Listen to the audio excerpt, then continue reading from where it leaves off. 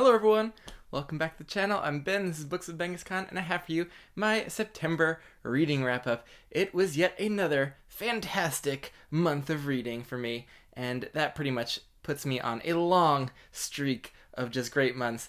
And I kind of stacked the deck for myself here because I was doing a reread of a favorite series and finishing up a couple of other series that I've been loving too. So, yeah, not the biggest surprise, but I can't wait to gush because I started with a reread of Temeraire books 3, 4, and 5. So this is a 9-book series by Naomi Novik. It's kind of historical fantasy set during the era of the Napoleonic Wars, but there are dragons everywhere that are very verbal and intelligent and integrated into all different societies and cultures in really cool ways. And I absolutely love the first half of the series. The first arc that takes us through book 5, Victory of Eagles, is so tightly plotted, so impactful, and yeah, it's a good stopping point too because there's really two main arcs to the series, and a lot of people that continue on and read the whole thing, I will agree, they say that the series meanders a bit in those last few books, but I am looking forward to rereading those too just to spend more time with the characters and the really creative and fun world building.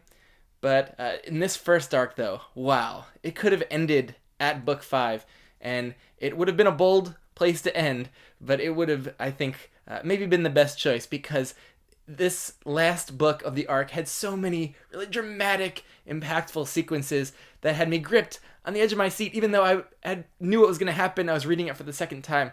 So yeah, great reread experience, and that got me thinking about rereads in general and how they can be so awesome even if we have hundreds or thousands of other books on our TBRs to get to. And so I was really happy about the last video I put out about the many joys of rereading. So if you haven't seen that yet, you can go check it out. I'll link it in the description.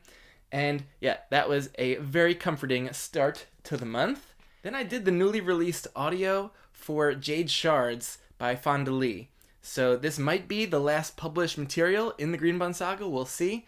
They are all prequel short stories that follow characters from the Greenbone Saga main trilogy, and I really loved 3 out of the 4. So solid collection. I just wish that the really kind of unimpactful, less engaging one that followed Shay was not the last one. I wish I would have done that one first or second and got it out of the way and ended on a more impactful note. But yeah, really enjoyed that collection, and fans of the Greenbone Saga trilogy will, I think, eat that up. And then I finished out a duology by Adrian Tchaikovsky. I did this one fully on audio. I don't have the book, and that is Barehead. So it's the second book in the Dogs of War duology. I absolutely adored book 1, Dogs of War, last month. That was an easy 5 stars. This one, I probably was a little bit less engaged, so I gave it 4 stars, but still a really solid, fast-paced, kind of near-future hard sci-fi. And the characters that we do kind of follow that were from the original book had me really invested from the beginning. And then one of the new human characters, one of the main POVs, Jimmy, was just this really fun, sardonic, humorous kind of POV that was so different from any Tchaikovsky POV or character I've read so far. And that was a real delight. And it really was a suspenseful plot that went in some interesting directions.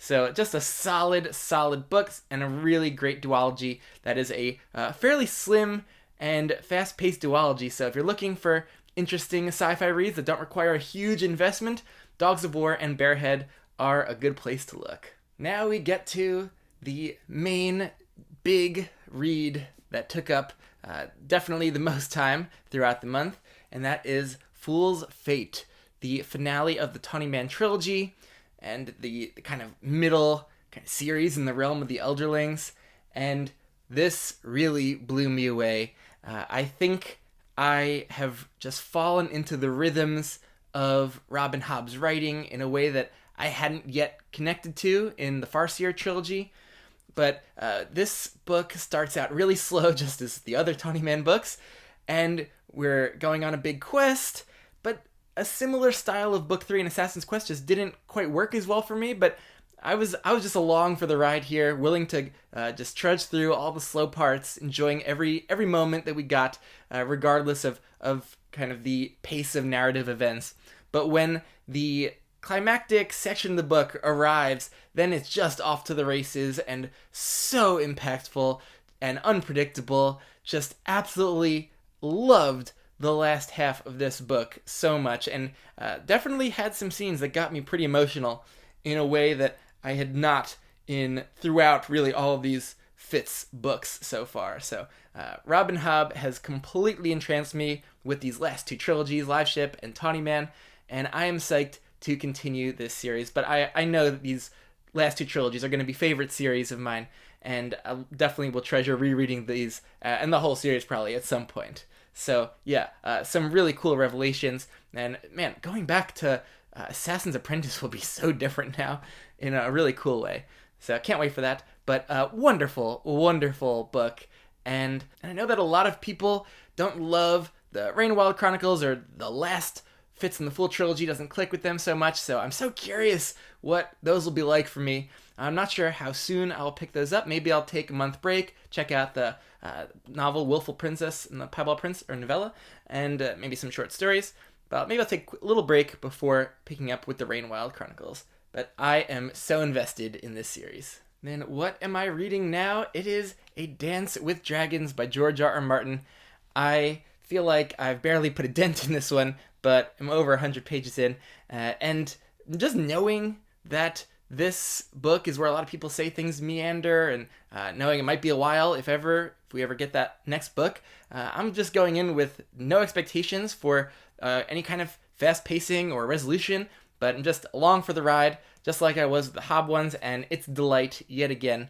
I just love Martin's writing and being in this world with these characters, and there's always a liveliness to the dialogue and the world building and lore details and setting details and the ever suspenseful plot in all these different locations. So yeah, so far so good with this one, and we'll see if that continues. So that was my month, and if I had to go for a book of the month, that's pretty easy. That would be Fool's Fate. Although, honestly, if I were counting rereads, it would be a tough call between this and Victory of Eagles, which was so good also. But this one is a new read for me, and yeah, an ending that is just of a series that is really full of interesting and meaningful wisdom and ideas, interesting character arcs and growth, with so many different meaningful relationships that are kind of built and explored and changing.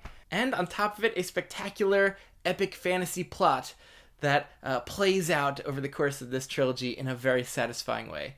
So no complaints about Fool's Fate.